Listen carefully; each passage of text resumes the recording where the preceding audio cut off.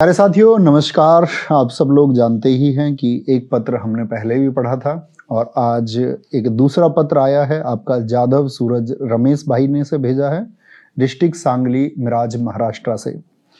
तो उन्होंने जो ये पत्र मुझे भेजा है इसको मैं पहले भी पढ़ चुका हूँ, लेकिन मैं एक बार आपको भी इसको पढ़ के सुनाना चाहता हूँ, क्योंकि इसमें जो भावनाएं हैं और जो संघर्ष इस पत्र के माध्यम से भाई ने भेजा है, तो हो सकता है कि हम उससे प्रेरणा लें और हमारे बहुतों के जीवन में वह एक मार्ग प्रशस्त करने का काम कर सकता है। हम उससे प्रेरणा ले सकते हैं, क्योंकि मुझे स्वयं को इसे पढ़ के प्रेरणा मिली है। तो ये जाधव सूरज रमेश भाई कहते हैं, आदरणीय नवीन भैया प्रणाम। मेरा नाम सूरज रमेश जाधव है और मैं महाराष्ट्र के सांगली जिले का छात्र हूँ। मेरे द्वारा इस पत्र के लिखने का कारण यह है कि मैं आपके द्वारा लिए जाने वाले क्लासेस का एक अभ्यर्थी हूँ और इसका पूरा फायदा मुझे एसएससी में हुआ है। वैसे तो मैं एक सामान्य परिवार में जन्मा सामान्य छात्र हूँ, इसी वजह से उपजीविका के साधन भी पर्याप्त मात्रा में उपलब्ध हैं। पिताजी खेती करते हैं और माताजी घर संभालती हैं। खेती में उत्पन्न ज़्यादा ना होने की वजह से आर्थिक स्थिति भी दयनीय है। हमारी पहली कक्षा से 8वीं कक्षा तक का शिक्षण हमारे गाँव के प्राथमिक विद्यालय में हुआ। माता और पिता दोनों आर्थिक परिस्थिति ठीक न होने के कारण दूसरों के खेत में मजदूरी के लिए जाते थे।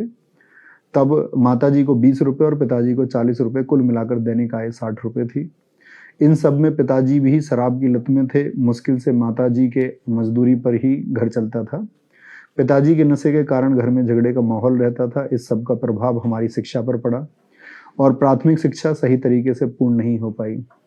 कुछ साल गुजरने के बाद पिताजी ने शराब छोड़ दी। हमारा भी शिक्षा में मन लगने लगा और घर के हालात भी काफ़ी सुधार आया।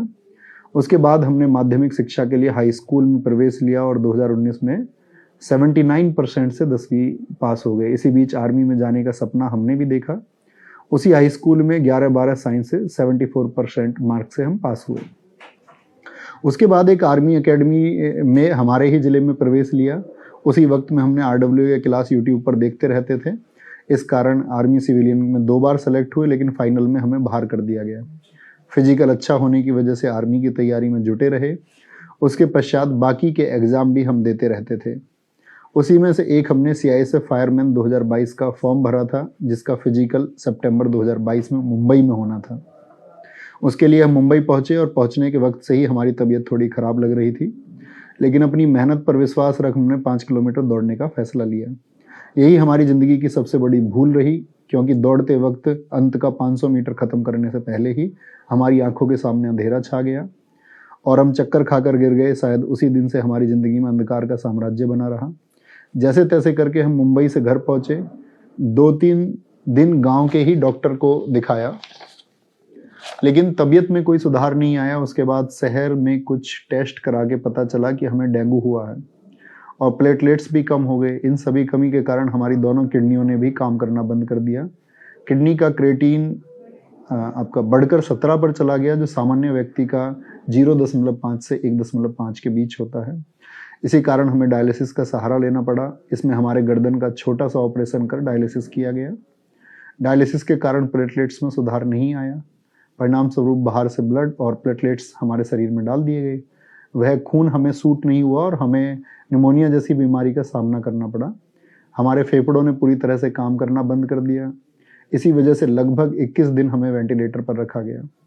परिणाम यह रहा कि हमारे दिल का वाल्व भी लीक हो गया और जिस कारण हार्ट बीट 135 पर मिनट आने लगी और कुल 32 दिन तक हम एडमिट रहे। इस बीच डॉक्टर्स ने घर वालों को बताया कि हमारा बचना नामुमकिन है। घर वालों ने हिम्मत नहीं हारी और भगवान की कृपा से किडनियों में फिर से बदलाव हुआ और वह काम करने लगी। हमारे दवा पानी में लगभग 7-8 लाख रुपए का खर्चा हुआ, जिस कारण आज पिताजी पर कर्जे का पहाड़ है और 7 महीने हमने विश्राम किया। इसी वजह से हमारी स्नातक की पढ़ाई दूसरे वर्ष से ही रुक गई। 1 साल बाद हमने फिर फौज में जाने का ठान लिया, लेकिन फेफड़ों की प्रॉब्लम की वजह से दौड़ने में दिक्कत आने लगी। इस कारण एसएससी में भर्ती होना हमने उचित समझा और एसएससी जीडी 2023 में हम फिजिकल के लिए चयनित हुए, लेकिन 5 किलोमीटर की दौड़ में हमें बाहर किया गया। इस बीच हम नेवी SSR में भी चयनित हुए, लेकिन वहाँ पर भी हमें मेडिकल में बाहर किया गया। इन सभी बाधाओं को हम जवाब देते गए और फिर एक बार एसएससी जीडी का फॉर्म में अप्लाई किया। पढ़ाई भी शुरू की। RWA की हर क्लास हम देखते थे। इसका फ़ायदा हमें आंसर की आने के बाद में हुआ 120 नंबर बन रहे थे, जो नॉर्मलाइजेशन से 129 हुए। हमने फिजिकल की तैयारी शुरू की, आपकी कृपा से हम सब कुछ पास हो गए। आखिरकार जिस दिन का इंतजार था वह आ ही गया। 14 दिसंबर 2024 को एसएससी जीडी का रिजल्ट पीडीएफ के एक पन्ने पर दिखता हमारा नाम हमारे संघर्ष की कहानी बयान कर रहा था।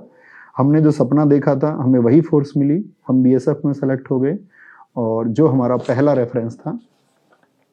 लोग कहते हैं कि यह अब कुछ नहीं कर सकता, उन सबको हमने करके दिखाया। मेरी इस सफलता में मेरे माँ बाप, भाई, दोस्त और मेरे गुरु के साथ साथ आरडब्ल्यूए का भी बड़ा योगदान रहा है।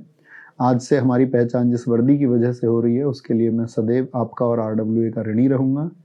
इसके पश्चात हम पते में अपना नंबर लिख रहे हैं। आप चाहे तो पत्र मिलने की सूचना हमें उस पर दे सकते हैं या फिर संपर्क भी कर सकते हैं, जरूर करेंगे। वैसे तो हम हिंदी भाषिक राज्य से नहीं हैं, इसीलिए पत्र में भाषा संबंधी जो भी गलतियां हमसे हुई हैं उसके लिए हम क्षमा मांगते हैं। आपका अज्ञार्थी सूरज रमेश यादव, जिला सांगली, मिराज, महाराष्ट्र। और शाबाश।